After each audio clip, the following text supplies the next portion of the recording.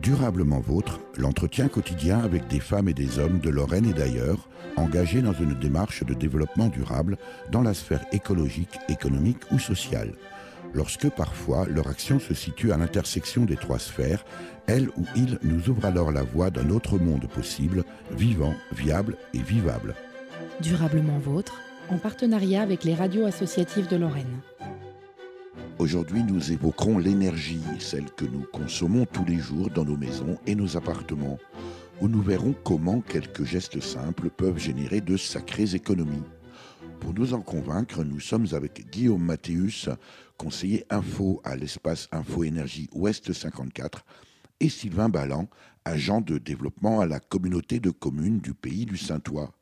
Ensemble, ils nous proposent de relever le défi Familles à énergie positive. Éric Mutschler, Durablement Vôtre.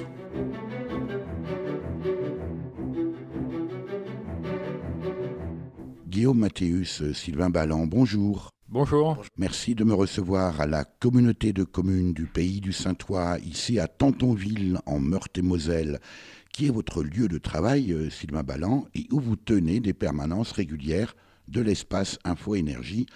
Guillaume Mathéus, une famille à énergie positive, c'est quoi ? Guillaume Mathéus. Alors une famille à énergie positive, c'est une famille qui participe durant quelques mois à un défi qui consiste à appliquer des éco-gestes et à réduire sa consommation d'énergie par rapport à l'année précédente. Quel est l'intérêt recherché ? L'intérêt recherché, c'est de montrer en fait qu'on peut diminuer ses consommations d'énergie et ses rejets de gaz à effet de serre uniquement par des changements de comportement, c'est-à-dire sans recourir à de l'investissement. Voilà. Alors, on se souvient justement tous, bien sûr, de la COP 21 qui s'est déroulée à Paris en décembre 2015. 21 ou 21 parce qu'elle est la 21e conférence des parties pour la mise en œuvre de la Convention cadre des Nations Unies sur les changements climatiques, adoptée au sommet de la Terre de Rio de Janeiro en 1992 et entrée en vigueur en 1994. Autant dire que les choses n'avancent pas vite. Bonjour. Oui, bonjour. Bonjour et bienvenue dans ce documentaire. La COP 21, c'est génial. Tous ensemble, on va régler tous les problèmes. On va sauver la planète Terre. Et ça va être extraordinaire. En une semaine, on va tout changer. Enfin, nous, on n'est pas invités, Mais je fais vraiment confiance aux industriels. Et aux gouvernants. Et aux industriels. Pour avancer ensemble, main dans la main. Une nouvelle ère s'ouvre devant nous. Ils vont tous venir dans des très gros avions. Nos dirigeants vont prendre des décisions déterminantes. Mais pas trop. Déterminantes Quand même. Bah oui, pas trop. Faut être réaliste. Il faut pas trop bouleverser l'économie, bien sûr. On doit continuer à consommer toujours plus, c'est normal. Bah ouais, faut pas déconner. On va se redire Des trucs qu'on se Depuis dit 15 ans. et qu'on va appliquer dans 30 ans. Ça va être génial. Si tous les acteurs économiques et tous les États sont d'accord. Bien évidemment. Oui, il faut avant tout que tout le monde soit content. Et vous y croyez, vous ? Durablement Vôtre, Éric Mutschler. On sent un certain cynisme dans ce data-gueule spécial 2 degrés avant la fin du monde dont est tiré cet extrait. Il y a loin des conventions internationales à l'application sur le terrain, Sylvain Balland. Oui, alors nous, à l'échelle locale, à la communauté de communes du Pays du Saintois et plus généralement à l'échelle du Pays Terre de Lorraine, qui regroupe 4 communautés de communes, on s'est efforcé à appliquer localement des actions très concrètes qui servent au quotidien pour nos habitants. Et ça s'est concrètement traduit par une démarche qui s'appelle Territoire à énergie positive. Et cette démarche a été co-construite avec les habitants du territoire lors de réunions publiques afin de définir des axes précis sur lesquels on peut au quotidien mener des actions concrètes. Par exemple, le défi FAEB dont on parle aujourd'hui est une des déclinaisons. On va éviter les acronymes qui nous polluent là aussi dans les médias. FAEB pour famille à énergie positive, j'imagine. Exactement. Et parmi ces nombreuses actions, de nombreux acteurs sont impliqués. Ça passe aussi bien par les communes qui vont mettre un éclairage public plus performant. Ça passe par la rénovation énergétique de l'habitat. Mais ce qui est intéressant sur le défi FAEB, c'est qu'il touche au quotidien les gens. le défi famille énergie positive, c'est qu'il touche vraiment les familles dans leur quotidien. Les territoires à énergie positive, Sylvain Balance, ce n'est pas une initiative réservée au pays Terre de Lorraine et encore moins à la communauté de communes du Pays du Saintois. Tout à fait, c'est une démarche nationale, d'ailleurs pas uniquement en France, je me trompe là-dessus. Il y a plusieurs territoires en France qui sont impliqués, mais il y en a d'autres aussi ailleurs. Il me semble qu'on était à peu près 13 il y a encore un an, je n'ai pas regardé récemment les chiffres. Nous, c'est donc le Pays Terre de Lorraine qui s'est lancé. Et il y a un cadre qui définit des actions précises pour essayer de diminuer nos consommations d'énergie et d'augmenter notre production d'énergie renouvelable dans un objectif très ambitieux d'être excédentaire en production énergétique. Alors ça, Sylvain Balance, j'aimerais qu'on prenne un peu de temps pour expliquer la démarche. On parle aujourd'hui d'habitat à énergie positive, à savoir que, on va dire, pour faire simple, les maisons produisent plus d'énergie qu'elles en consomment. Comment c'est possible ? Alors, ça commence par la première chose, c'est-à-dire la construction, et surtout un bâtiment très performant en termes d'isolation. Et puis après, j'aurais du mal à rentrer dans les détails, mais c'est vraiment une conception bien réfléchie, que ce soit sur l'orientation quand on installe sa maison, sur le choix des matériaux, sur la capacité à produire des énergies localement, que ce soit de la géothermie, avec du solaire, pour essayer en fait de combler tous nos besoins, tous les besoins du foyer par la production, avec la production d'énergie renouvelable de la maison même. Alors ça, c'est malheureusement des cas encore assez rares. On a du mal à avoir des exemples concrets sur le territoire qui serveraient de modèle.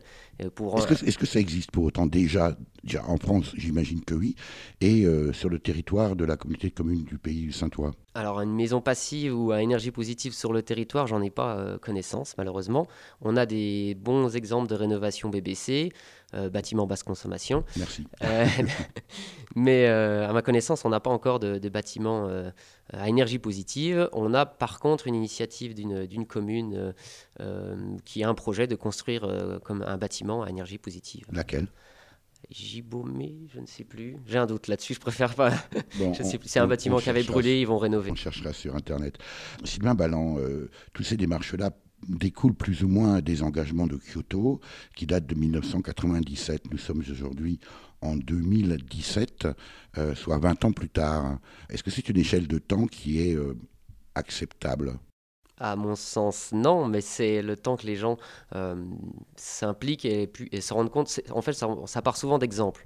Une fois que le premier territoire à énergie positive a été créé, les voisins se sont dit mais pourquoi pas nous ? Une fois qu'il y a un exemple qui fonctionne et qu'on a pris le temps d'aller le visiter et de se rendre compte qu'on peut l'appliquer au quotidien, rien ne nous empêche après de nous lancer. Et c'est souvent l'exemple qui fait la preuve et qui permet aux voisins de se lancer. C'est des démarches qu'on essaye en fait d'essaimer. C'est pour ça que je vous dis que c'est dommage chez nous qu'on n'ait pas justement ce fameux bâtiment à énergie positive pour... il fallait peut-être commencer par le bâtiment de la communauté de communes du Pays du Saintois lui-même, non, Sylvain Balance ? C'était avant les engagements en TEPOS, territoire à énergie positive, mais prochainement on a à la communauté de communes en tout cas une extension du bâtiment de prévu, donc on essaiera d'être vigilant. Qu'est-ce qui est moteur dans la démarche, Sylvain Balance ? Est-ce que ce sont les habitants eux-mêmes ou est-ce que ce sont les élus ? Alors, sans être là à l'initiative de TEPOS, moi je suis en poste depuis 2 ans et demi. TEPOS pour territoire à énergie positive. Il me semble que c'est vraiment les élus, par un concours de circonstances, ils se sont rendus sur un territoire assez modèle en la question, et en revenant, c'était en Allemagne, et en revenant de cette expérience, ils se sont dit c'est pas possible que nous on puisse pas faire aussi bien qu'eux. Ils ont vraiment des initiatives très intéressantes qui impliquent beaucoup de citoyens, on peut le faire chez nous. Tout à l'heure, je citais le DataGull spécial 2 degrés avant la fin du monde. C'est aussi le titre d'un documentaire dont est tiré ce nouvel extrait. C'est difficile de changer nos habitudes parce c'est devenu obligé de faire tout ça. C'est difficile, il y a plein de choses qui sont décourageantes en fait quand on veut commencer à changer ses habitudes de vie pour être plus en phase, on va dire, avec la nature en fait. Pas forcément de se mettre à fond, mais d'aller dans le sens de... Ouais, mais il y a plein de gens qui pensent qu'il faut faire tout ou rien. Ouais. Donc il y a plein de gens qui disent « Ah, tu fais que ça, bah ça sert à rien, en fait, fais rien, c'est mieux. » Et les gens qui disent ça, eux, ils font rien du tout. Durablement vôtre, Éric Mutschler. C'est un discours que vous connaissez bien, Guillaume Mathéus. Oui, alors les gens disent que ça sert à rien. Bon, les gens, c'est un peu tout le monde, hein. Qu'est-ce qui sert à rien ? Ce qui sert à rien, c'est de rien faire. Par contre, bon, si on fait quelque chose, est-ce que ça sert ? Bon, ça, c'est des choses, on On le saura dans 15 ans. Si effectivement nos actions elles portent, on ne peut pas le savoir tout de suite, mais l'important c'est de les initier. Donc Sylvain parlait du territoire à énergie positive. Dans territoire à énergie positive, donc il y a une ambition pour un territoire là, de 100 000 habitants, devenir excédentaire en production d'énergie renouvelable et couvrir tous ses besoins avec. Donc c'est quand même énorme. Ça consiste à couvrir tous ses besoins pour l'agriculture, pour le transport. On en est où aujourd'hui en termes de ratio ? En termes de ratio, il faut considérer qu'un territoire comme celui-ci, donc 100 000 habitants plutôt rural, en gros, il importe au moins 1 000 € d'énergie par habitant hors de France. Donc en gros, un territoire... Par an et par habitant, c'est 1 000 € d'énergie qui sont importés. C'est un ordre de grandeur. En gros, ces territoires comme ça produisent à peu près 7% de ce qui... Voilà, c'était ça ma question. Au mieux, 7% de ce qu'ils consomment. Donc l'objectif, Guillaume Mathéus, c'est d'arriver à couvrir 100% de ses besoins énergétiques. C'est-à-dire que sur le transport, par exemple, un territoire comme celui-ci couvre 0% de ses besoins. Sur le chauffage, à la rigueur, il va peut-être en couvrir 15% via le bois-bûche, avec un peu de chance. Sur l'élec, si avec un peu de bol, il a une centrale thermique pas loin, qui n'est pas renouvelable d'ailleurs, mais qui est sur du bon vieux classique, fossile, on pourra dire qu'elle est pseudo-partiellement autonome. Avec un peu de chance, elle a un barrage hydroélectrique encore dans le coin, etc. Mais il suffit que vous ayez 2 ou 3 grosses entreprises comme la cimenterie Axeuillet ou des entreprises comme ça qui vous grèvent votre bilan énergétique. Donc ça peut être très compliqué, même pour un territoire rural, de couvrir tous ses besoins. Donc 93% d'énergie à trouver en autonomie, à échéance de quelle durée, Guillaume Mathéus ? 2050. En sachant qu'il nous a déjà fallu 20 ans pour commencer à mettre en place, on citait tout à l'heure, les accords de Kyoto. Oui, alors les accords de Kyoto étaient non contraignants, donc c'était simplement des engagements à prendre. Voilà. Mais là, la COP21 est, disons, un peu plus contraignante parce qu'elle oblige à chaque année, en fait, à réévaluer les engagements pris pour les améliorer. Donc là, dans ces perspectives de travail là, sur le territoire, il y a quelque chose de très important, en fait, c'est de se retrouver avec une population sensibilisée d'année en année de plus en plus. Parce que finalement, les élus peuvent tirer, mais s'ils n'ont pas une population qui relaie et qui n'est pas intéressée, ça ira pas plus loin. Parce que les élus changent, ils sont comme tout le monde, ils vieillissent, ils quittent leur mandat, certains sont intéressés, d'autres pas. Donc en fait, il faut quand même qu'ils puissent se reposer sur un socle de population. L'idée, Guillaume Mathéus, c'est de faire rentrer finalement ce discours et surtout ce comportement dans les gènes de la population. Dans la culture du territoire, en fait. C'est-à-dire que si c'est des acquis uniquement culturels des élus, la population ne les partage pas forcément. Et si à l'inverse, vous avez une population avec des groupes très militants, ce n'est pas pour autant que les élus vont suivre. Donc là, il s'agit d'en faire une identité du territoire, de dire c'est un territoire à énergie positive. Qu'on soit élu, qu'on soit entrepreneur, qu'on soit retraité ou qu'on soit scolaire, on sait qu'on est sur un territoire à énergie positive, qu'on a cet objectif-là pour 2050. Alors, très concrètement, Guillaume Mathéus, les familles à énergie positive, ça consiste en quoi ? Alors, du coup, famille à énergie positive, c'est un axe important parce que là, l'idée, c'est de faire participer des gens du territoire à un programme, c'est un peu un jeu, en fait, qui consiste à économiser l'énergie durant un hiver uniquement en appliquant des éco-gestes. C'est sur la base du volontariat. Elles ne sont pas désignées et puis elles vont être obligées de se plier au jeu. Non, c'est la base du volontariat. Donc d'ailleurs, on a assez de mal à trouver des familles. Il faut vraiment souvent un peu tirer les gens jusqu'à ce qu'ils s'aperçoivent qu'en fait, ils vivent tout à fait normalement, sauf qu'ils ont une page Internet qui leur permet d'indiquer leurs index de gaz, d'électricité ou le nombre de litres de fuel qu'ils ont consommé. Donc de semaine en semaine ou de mois en mois, suivant le nombre de relevés qu'ils font, ils voient se dessiner la courbe de leur économie. Combien de familles recherchez-vous dans le pays du Saintois, en particulier peut-être sur le territoire Terre de Lorraine ? Alors en fait, l'idée, ce serait d'en avoir le maximum de manière à ce que les gens de ce territoire s'intéressent à la question. C'est-à-dire qu'effectivement, on sait que quand les gens économisent 2000 kWh par an, fois 50 familles, ça reste marginal au regard comparé à la consommation d'une grosse entreprise du territoire. Mais ce n'est pas ça qui nous intéresse. Évidemment, ils se mettent à 50 familles, ils économisent 10 tonnes de CO2. Bon, les 10 tonnes, ce n'est pas énorme. Mais ce qui est important, c'est dans les mentalités ce que ça fait, parce que 50 familles, ça fait 200 personnes. Donc le jour où on a 1000 familles, on a fait participer peut-être 2500 personnes. Sur un territoire de 100 000, c'est pas rien, quoi.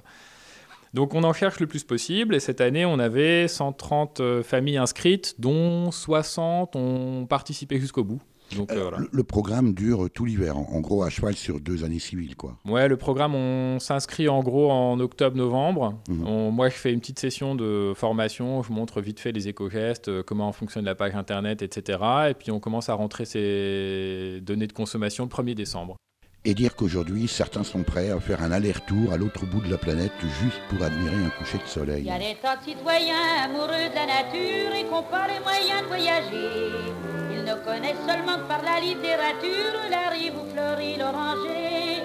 Ils rêvent que de s'en aller dans les Landes en Bretagne, dans les auberges à coups de fusil, sans se douter qu'il existe un vrai pays de cocagne à 10 cm de Paris.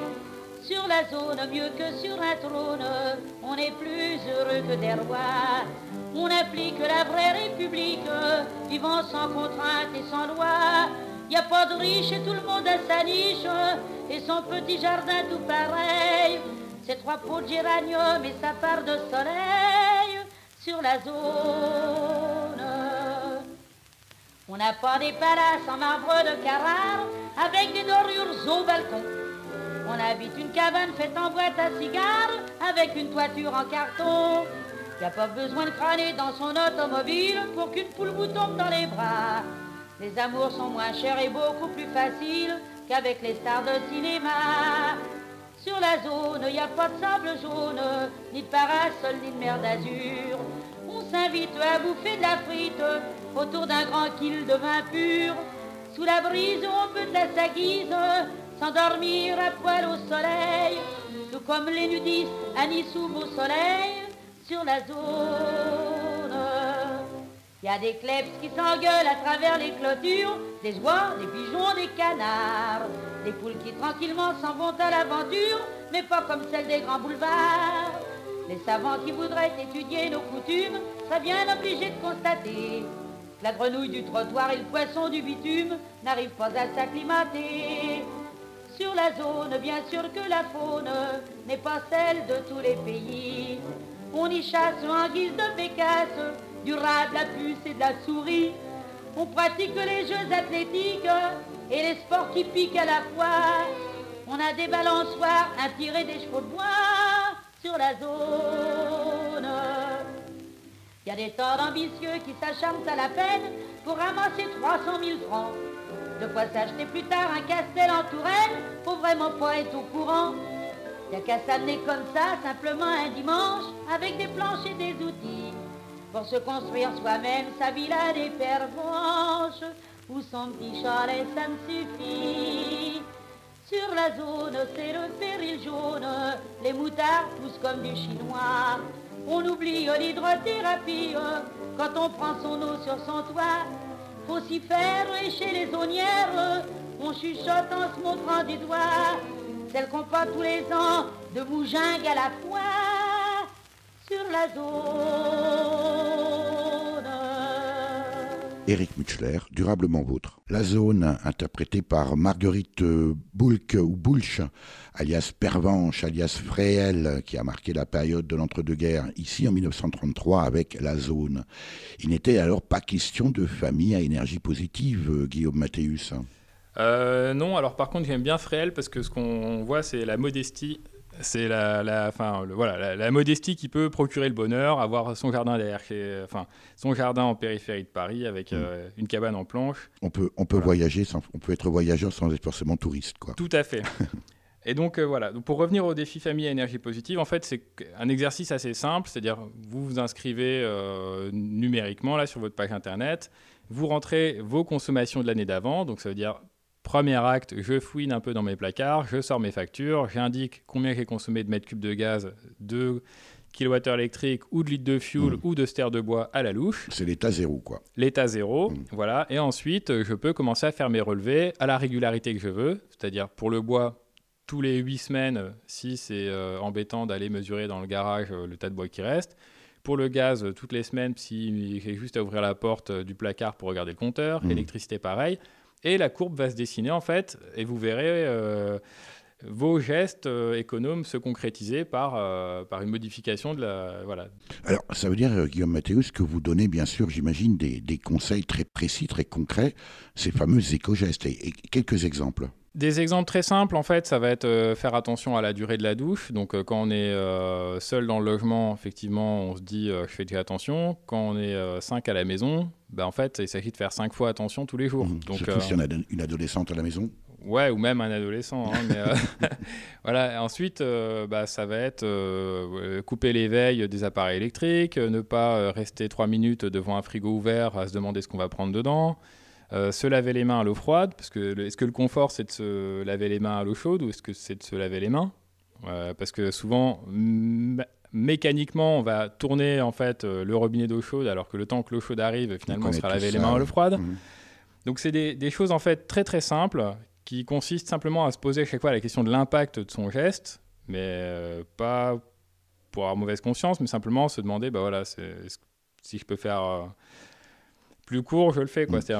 Guillaume Mathéus, si je comprends bien, ici, au moment quand je vous écoute, je me dis que finalement, nous sommes dans une société avec un comportement tel et surtout une disposition d'énergie ou une énergie à disposition que finalement, on ne fait absolument pas attention finalement à ce que nous consommons au quotidien. Ce qui est disponible à profusion est gaspillé. C'est ça, c'est le terme que je cherchais. Systématiquement. Donc, simplement se demander si sa consommation répond à un usage ou à un gaspillage. Quels sont les effets attendus en termes de réduction précisément de consommation ? Est-ce que vous avez déjà, j'imagine que oui, du recul sur les expériences des années précédentes ? Oui, alors Famille à énergie positive, c'est quelque chose qui a été lancé il y a 8 ans. Et en gros, on voit très bien d'année en année que la moyenne des participants arrive à 9-10% d'économie d'énergie la première année. Et là, sur cette année, donc je suis arrivé sur mes différents territoires à 80 participants. La moyenne, c'est 9,5% d'économie d'énergie.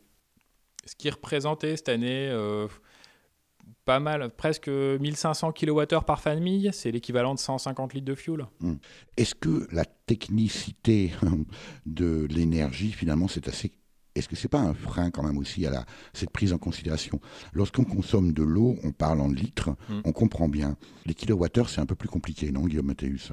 L'énergie, oui, c'est parce que forcément, le fuel, vous l'achetez en litres, alors que le pouvoir énergétique est au kilo. Le gaz, vous l'achetez au mètre cube, le mètre cube de gaz, acheté au mètre cube, mais facturé en kilowattheure. L'électricité, c'est en kilowattheure.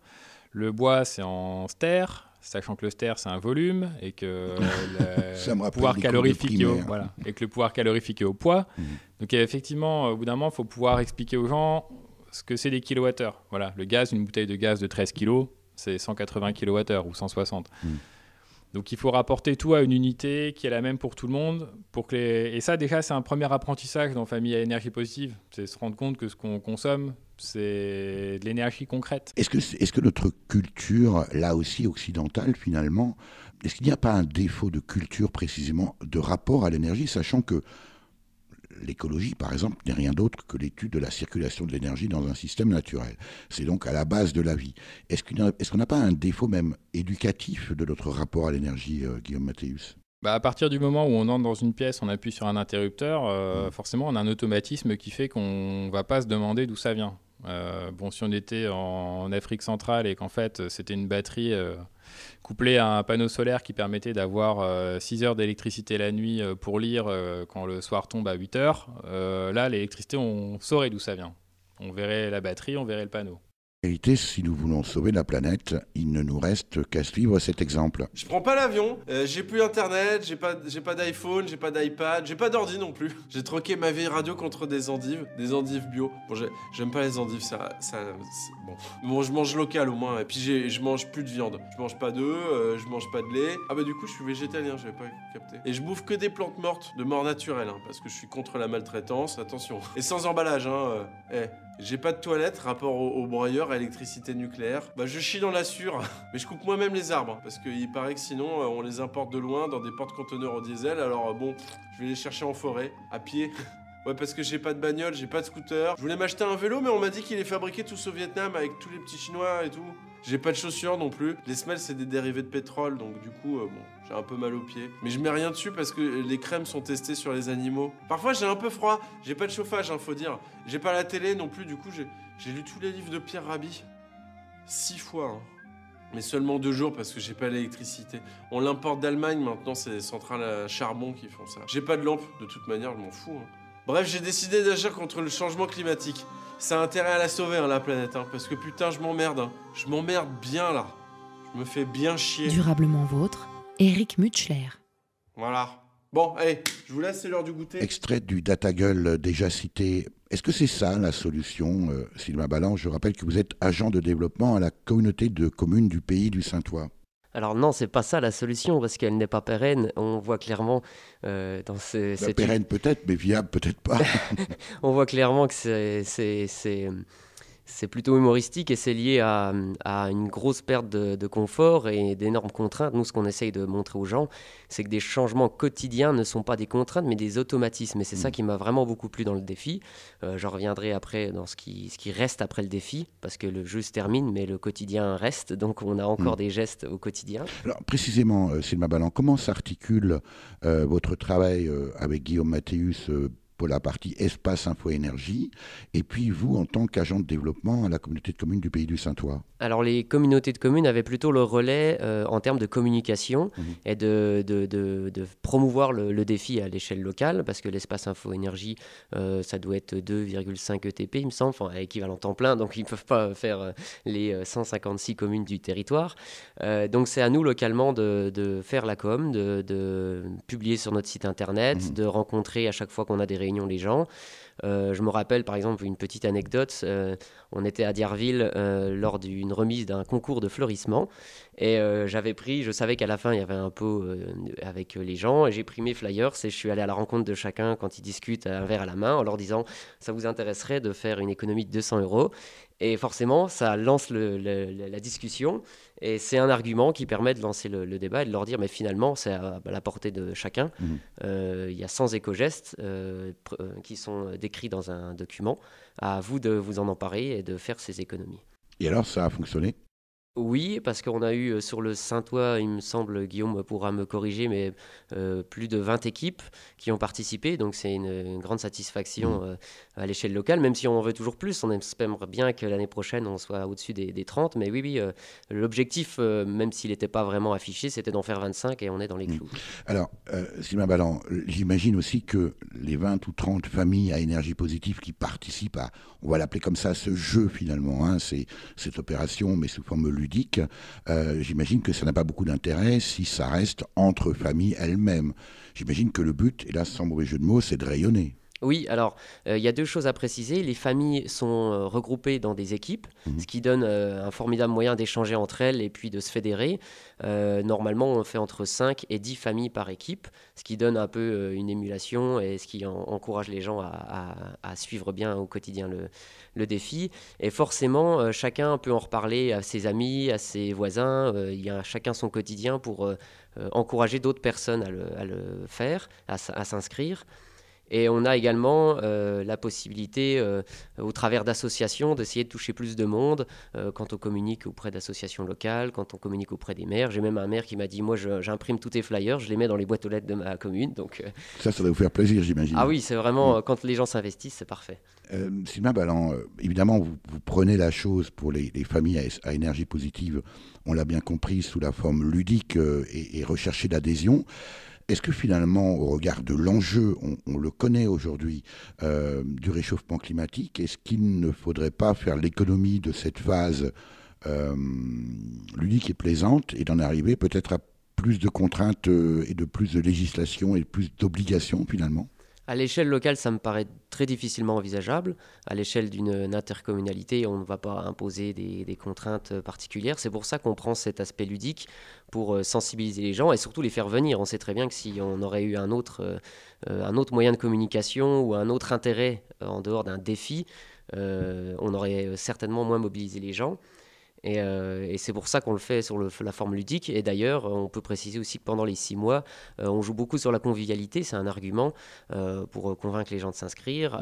Guillaume, par exemple, a organisé à la Cité des Paysages, donc à Saxonsion, une fête de mi-parcours où toutes les familles se réunissaient avec spectacle, repas sous forme d'auberge espagnole. Voilà, donc on avait plus de 100 personnes qui sont venues découvrir la Cité des Paysages. C'était aussi un bon moyen de faire découvrir le territoire. Au-delà des éco-gestes, Sylvain Balland, est-ce que certaines familles en viennent ensuite à engager des travaux plus lourds, plus importants, plus en profondeur pour, par exemple, mieux isoler leur maison ? Alors là-dessus, je pense que Guillaume sera plus à même à répondre que moi, mais on sait qu'il y a des attentes parce que, par exemple, à l'événement de mi-parcours, beaucoup de gens ont récupéré des flyers sur comment rénover ma maison, quel type d'isolant choisir. Donc c'est des gens qui, même s'ils savaient que dans ce défi, il n'était pas question d'investir, mais juste de changer son quotidien, on a de l'attente sur ces questions-là, c'est clair. Est-ce que finalement, Sylvain Balland, les familles qui participent à la démarche Famille à énergie positive ne sont pas déjà celles qui sont les plus sensibilisées et que finalement, là où il faudrait vraiment être présent, c'est précisément celles qui sont loin derrière? Alors, pour parler à titre personnel, l'équipe qu'on a fondée à la communauté de communes, je peux dire que non, les gens n'étaient pas forcément convaincus. Et c'est le fait justement que chacun s'y mette, qu'on se dit mais pourquoi pas toi, qu'on se sent un petit peu obligé d'y aller. Et au final, on se rend compte que les gens changent leur quotidien. Où tu te crois, connard? Tu sais conduire ou quoi, pauvre con? Pardon monsieur, je suis désolé. Connard! J'étais en train de discuter. Mais tu te crois où, pauvre con? J'ai un tout petit peu touché votre rétroviseur. Connard! Je crois que là ça va. Il a rien, le rétroviseur. Tu sais conduire ou quoi, pauvre con? Vraiment, je vous demande pardon. Je vous prie de m'excuser. Connard! C'est terrible ce qui vous est arrivé! De quoi? Je dis, c'est terrible ce qui vous est arrivé! Espèce de connard. Sur la Terre, il y a 4 mecs sur 5 qui crèvent de faim. Il y a ceux qui vivent dans les caves à cause des bombes. Il y a ceux qui pourrissent du cancer et du sida dans les hôpitaux. Il y a ceux qui se font violer par 25 mecs en même temps pour bien leur faire comprendre c'est qui le patron. Et il y a toi. Et toi, il t'est arrivé une chose terrible! On a touché à ton rétroviseur. Mais monsieur, calmez-vous monsieur. Il y a les arbres au-dessus de toi, avec les feuilles qui bougent dans le vent. Tu les as déjà regardés, les arbres. Il y a ta femme qui est belle et qui perd sa jeunesse à te cuisiner des champignons à la crème pendant que tu la cocufies. Tu l'as regardée une seule fois, ta femme. Il y a tes enfants avec leur belle peau toute lisse. T'as remercié quelqu'un une fois dans ta vie pour la peau lisse de tes enfants. Il y a les vaches qui te fabriquent du lait, du beurre et du fromage tous les jours. Tu leur as dit merci aux vaches! Mais vous êtes fou monsieur. Mais elle est belle, ta vie, mon gros. Elle est belle à crever. Regarde-la, mon gros. Mais voilà, le problème, c'est qu'on a touché à ton rétroviseur, mon gros. C'est terrible! C'est terrible! Durablement vôtre, Éric Mutschler. Elle vous inspire quoi, cette scène culte entre Vincent Lindon et Francis Perrin dans le film La Belle Verte de Colin Serrault, sorti en 1996, Guillaume Mathéus? La Belle Verte, alors tu leur as dit merci aux vaches. Notamment, oui. Il n'y a pas que ça. Est-ce que tu leur as dit merci aux vaches? Non, moi, ce que j'aime bien dans cette scène, c'est de montrer qu'après tout, rien nous est dû, quoi. C'est-à-dire qu'on bénéficie quand même de pas mal de chances d'être là et qu'ensuite, se laver les mains à l'eau froide, c'est pas un sacrifice, quoi. On peut déjà être content et d'avoir de l'eau et d'avoir de l'électricité. Tant que c'est que les mains, ça va.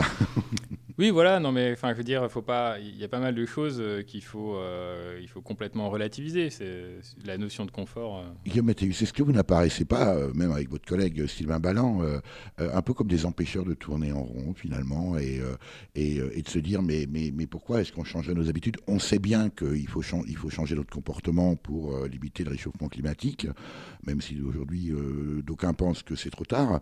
Il est trop tard, mais est-ce que finalement les gens n'ont pas du tout envie de changer leurs pratiques? Est-ce qu'on n'est pas des empêcheurs de tourner en rond? Non, au contraire, c'est dur de dire ça, alors que moi-même, je suis payé par les collectivités, donc vous imaginez bien que si je ne suis pas un empêcheur de tourner en rond, au contraire. C'est plutôt que la tentation classique, ce serait toujours d'aller vers plus de confort et plus de facilité, alors que le problème, c'est qu'aujourd'hui, on ne peut pas ignorer certains gros enjeux et qu'il y a effectivement un effort d'honnêteté intellectuelle à les reconnaître et à se dire, moi, je suis partie prenante, on est 7 milliards, je suis peut-être que 1 sur 7 milliards, mais je peux pas. Il ne s'agit pas de rendre les gens responsables pour les choix des États, soyons très clairs. Un individu lambda n'a pas du tout autant de marge de manœuvre qu'un État pour changer les choses. Néanmoins, cet individu lambda, autour de lui, peut déjà, dans sa sphère d'impact, modifier beaucoup de choses. Donc, et en fait, avec Famille à énergie positive, ce qu'on voit, c'est que l'équipe à laquelle a participé Sylvain, et dont la chef d'équipe était Nathalie, sa collègue, qui sont des gens qui vraiment sont presque inscrits à contre-cœur. Ils ont fait finalement, parce que voilà, il a fallu les pousser un petit peu, ils ont fait 8,5% d'économie d'énergie. Et un petit peu d'économie de CO2 aussi, ça représentait plus de 5300 kWh, ce qui est l'équivalent de 500 litres de fuel. Donc pour des gens qui au départ, ils n'étaient pas trop intéressés, je trouve que c'est déjà bien, ça montre qu'il y a de la marge de progression chez tout le monde. Guillaume Mathéus, on a baigné depuis une bonne centaine d'années sur l'idée que finalement le progrès s'accompagnait nécessairement d'impacts négatifs sur l'environnement. Est-ce qu'aujourd'hui le défi, c'est pas précisément de mettre en perspective à la fois un confort légitime et puis finalement une préservation de notre environnement ? Moi, je serais vraiment dubitatif sur la notion de confort légitime. Ça dépend ce qu'on appelle le confort. Est-ce que le confort, c'est de respirer un air qui n'est pas chargé en particules fines, ou est-ce que le confort, c'est de se chauffer à 21 plutôt qu'à 20 Peut-être les deux. Je veux dire, c'est quoi le confort pour... c'est quoi le confort tout simplement, quoi.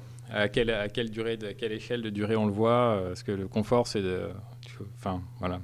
Confort, c'est vraiment... En même temps, si vous dites ça à des gens qui ont très froid en hiver, je pense qu'ils auront la réponse toute faite, non ? Ouais, mais sauf que l'intérêt du défi famille à énergie positive, c'est qu'on voit comment les gens consomment. Et je ne vois pas des gens dans la misère. Quand je vois des gens vraiment qui sont dans des situations compliquées, c'est parce qu'il y a des problématiques autres et qu'ils se sont fait couper le chauffage, ou il y a des questions de manque d'argent, etc. Mais le gros des familles qui s'inscrivent, c'est des familles qui ont une vie avec leurs problèmes classiques de vie de famille, mais je veux dire, il n'y a pas de problématique de misère particulière. C'est-à-dire qu'il y a des gens qui ont des revenus faibles, des gens qui ont des gros revenus, et ce qu'on voit, c'est que les gens qui ont des revenus faibles n'ont pas forcément des comportements plus économes, et ça, je le vois vraiment très bien.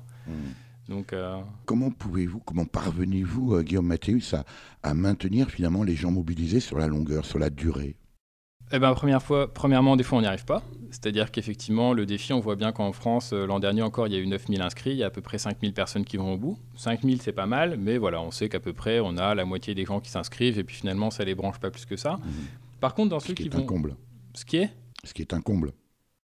Disons qu'après, ça peut être une question de manque de temps, manque d'intérêt, difficulté à comprendre comment le site internet il fonctionne. Mais voilà, après, ce qu'il faut voir, c'est que quand vous avez 60 ou 80 familles qui vont jusqu'au bout sur 5 mois, à la fin, les gens sont super contents. Enfin, moi, ce que je vois, c'est que tous les gens qui m'en parlent, ils ont trouvé ça super chouette. Ils ont bien vu que ça leur a fait aucun travail supplémentaire. Ils sont eux-mêmes hyper surpris de voir qu'avec leurs voisins, 6 ou 7 familles, ils ont économisé des fois 25 000 kWh. C'est l'équivalent de la conso d'une maison complète en une année. Donc là, en plus, il y a eu pas mal d'équipes de village montées par des adjoints ou des maires. Donc c'est des belles réussites pour eux. Guillaume Mathéus, Sylvain Balland, je ne sais pas à qui vous faites référence, mais vous avez choisi ça. Sous tes cheveux, beaucoup trop blonds, décolorés, ça va de soi.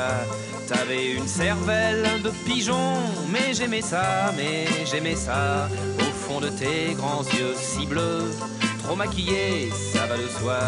T'avais quelque chose de prétentieux que j'aimais pas, J'avais la tignasse en bataille et les yeux délavés. Je t'ai culbuté dans la paille. T'as pris ton pied, adieu fillette, nous n'étions pas du même camp. Adieu Minette, bonjour à tes parents. Tu m'as invité à Deauville dans ta résidence secondaire. Je me suis fait chier comme un débile dans cette galère. Tu m'as présenté tes copains, presque aussi cons que des militaires. C'était des vrais républicains, buveurs de bière. Le grand type qui se croyait malin en me traitant d'anarchiste. Je regrette pas d'y avoir mis un pain. Avant qu'on se quitte, adieu fillette, nous n'étions pas du même camp. Adieu Minette, bonjour à tes parents. Et quand t'es rentré à Paname, super fier de ton bronzage, t'as pas voulu poser tes rames sur le rivage. C'est une image, tu m'as téléphoné 100 fois pour que je passe te voir à Neuilly, dans ton pavillon près du bois. Et j'ai dit oui, je suis venu un soir à ta surboom avec 23 de mes potes. On a piétiné tes loukoums avec nos bottes. Adieu fillette, nous n'étions pas du même camp. Adieu Minette, bonjour à tes parents. Faut pas en vouloir aux marioles, ils ont pas eu d'éducation. À la Courneuve, y a pas d'école, y a que des prisons et du béton.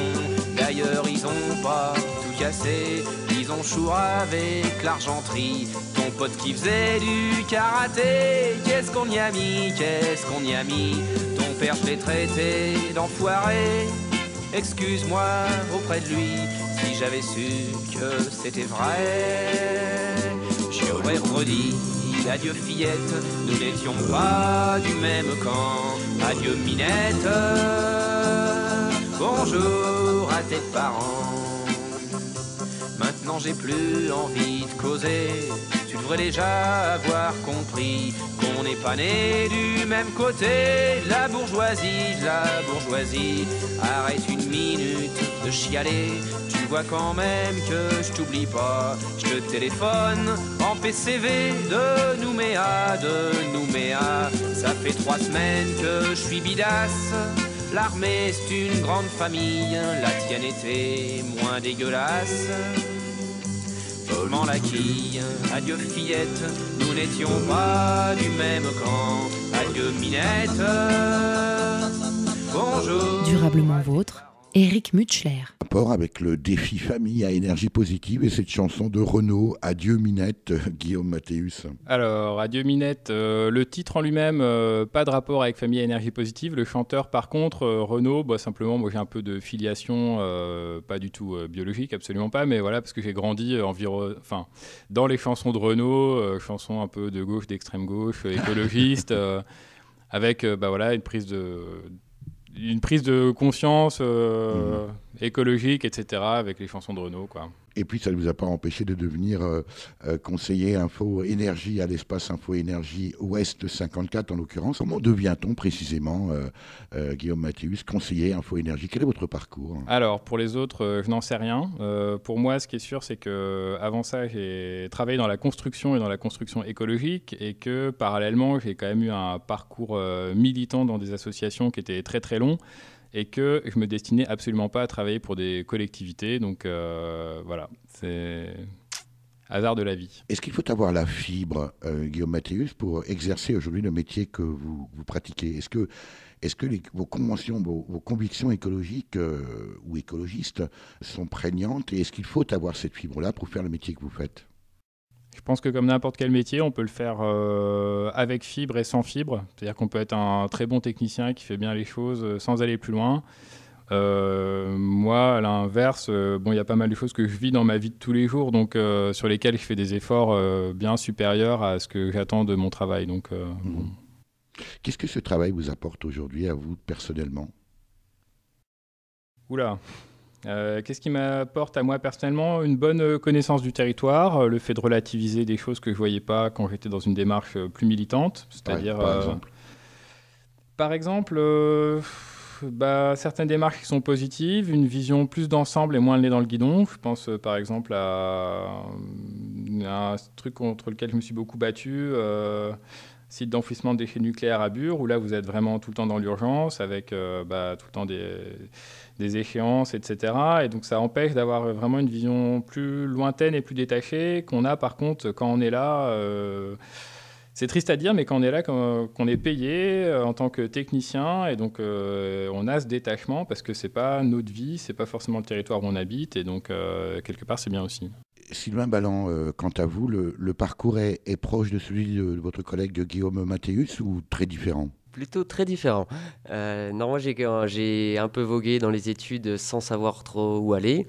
J'avais commencé par des études en technique de commercialisation. Ensuite, je suis parti par la filière sportive et santé. Et j'ai fini par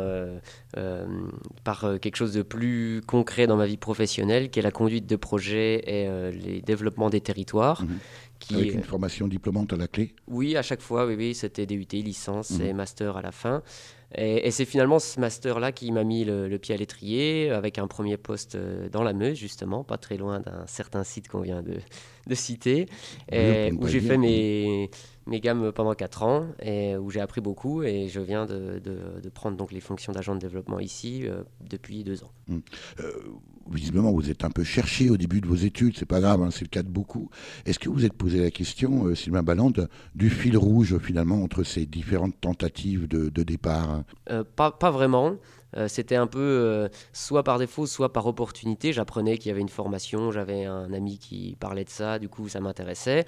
La commercialisation, au début, je me suis dit pourquoi pas. Et puis quand on arrive face à des intervenants qui viennent vous apprendre leur métier au quotidien, on se rend compte que c'est finalement assez loin de nos ambitions. Quand on a des cours, on doit vendre des produits à tout prix avec des techniques de commercialisation. On se dit, c'est peut-être pas vraiment ce que je veux faire. Sauf si ces techniques de commercialisation vous amènent à convaincre des familles à énergie positive à jouer le jeu. Exactement, comme je recite encore quand je vais sur le terrain convaincre les familles, c'est vraiment trouver 3-4 phrases pour qu'elles puissent pas répondre non, qu'elles me disent oui, ça m'intéresse de gagner 200 €, d'économiser 200 €. Et après on y va, je leur dis c'est sans contrainte en plus, ou alors très très peu. Donc c'est plus facile à convaincre, c'est sûr. L'invité de Durablement Vôtre, coup de gueule ou coup de cœur?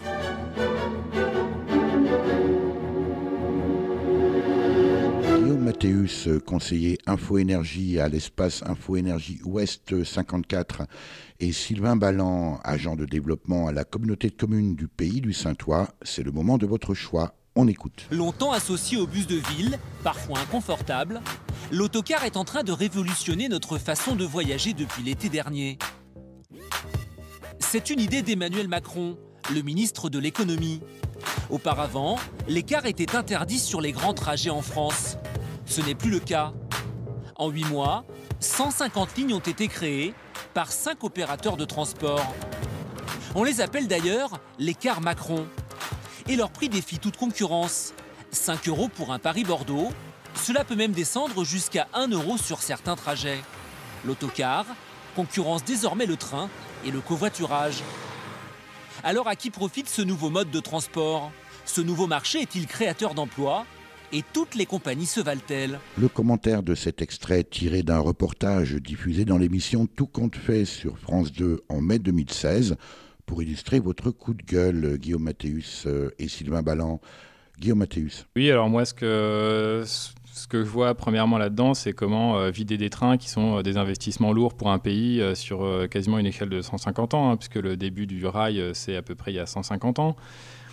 Donc des investissements qui sont très lourds à rentabiliser sur 40 ans et qu'on va bousiller simplement en mettant des bus qu'on va faire rouler à perte sur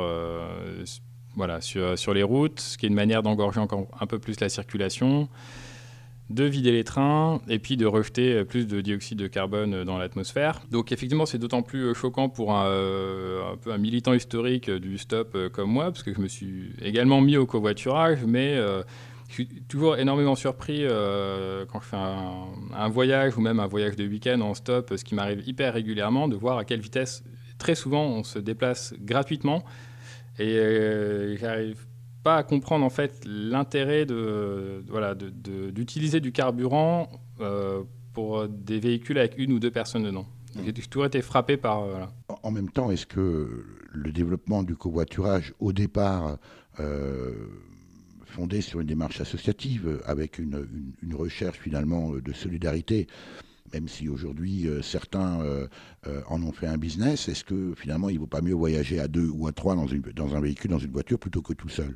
En fait, la vraie question, c'est est-ce que le covoiturage est destiné à remplir des voitures qui auparavant n'avaient qu'un conducteur ou à remplacer le train? Voilà, c'est-à-dire que si vous prenez un trajet Lyon-Valence aujourd'hui, ou que tous les étudiants faisaient en TER, aujourd'hui, via les grandes agences de covoiturage, les gens payent pour être mis en relation, remplir des bagnoles,